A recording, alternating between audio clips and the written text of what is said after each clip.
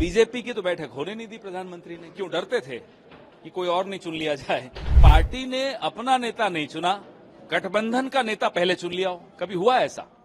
तो ये भय दिखाता है कि भाजपा के भीतर क्या चल रहा है। इतनी मुश्किल से संघर्ष करते हुए आप यहां तक पहुंचे हो।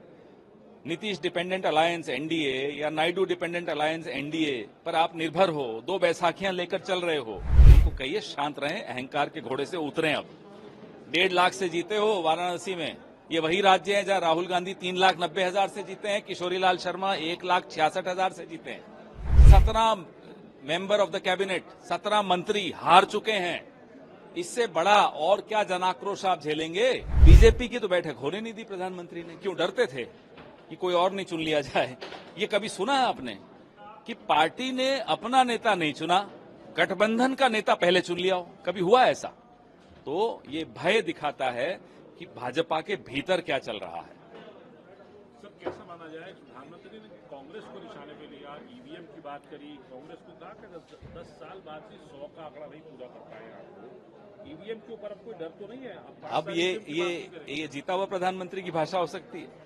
अरे इतनी मुश्किल से संघर्ष करते हुए आप यहां तक पहुंचे हो। नीतीश डिपेंडेंट अलायंस एनडीए या नायडू डिपेंडेंट अलायंस एनडीए पर आप निर्भर हो, 2 बैसाखियां लेकर चल रहे हो। अब भी मैराथन।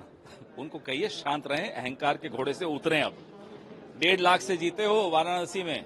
ये वही राज्य है जहां राहुल गांधी 3,90,000 से जीते हैं, किशोरीलाल शर्मा 1,66,000 से जीते हैं। तो अब थोड़ा घमंड कम कर दें। 17 मेंबर ऑफ द कैबिनेट, 17 मंत्री हार चुके हैं। इससे बड़ा और क्या जनाक्रोश आप झेलेंगे?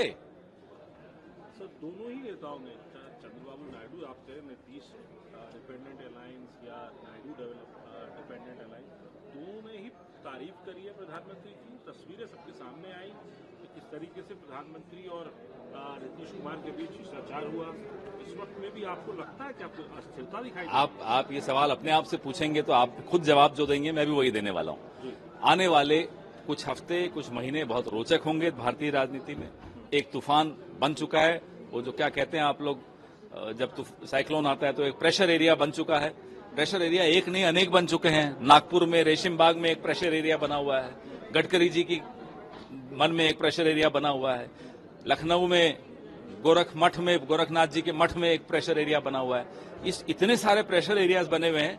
नायडू जी और नीतीश कुमार जी को कुछ करने की आवश्यकता नहीं है, जो होना है भीतर से ही हो जाएगा। आखिरी सवाल, क्या इंडिया इंटैक्ट है? क्योंकि कल आम आदमी पार्टी ने कहा इंडिया तो हमेशा इंटैक्ट रहता है। हमारी इंडिया अलायंस इंटैक्ट है। अभी तो और नए सदस्य आने वाले हैं, इसलिए इंडिया तो बहुत न केवल इंटैक्ट है, इंडिया बढ़ रहा है।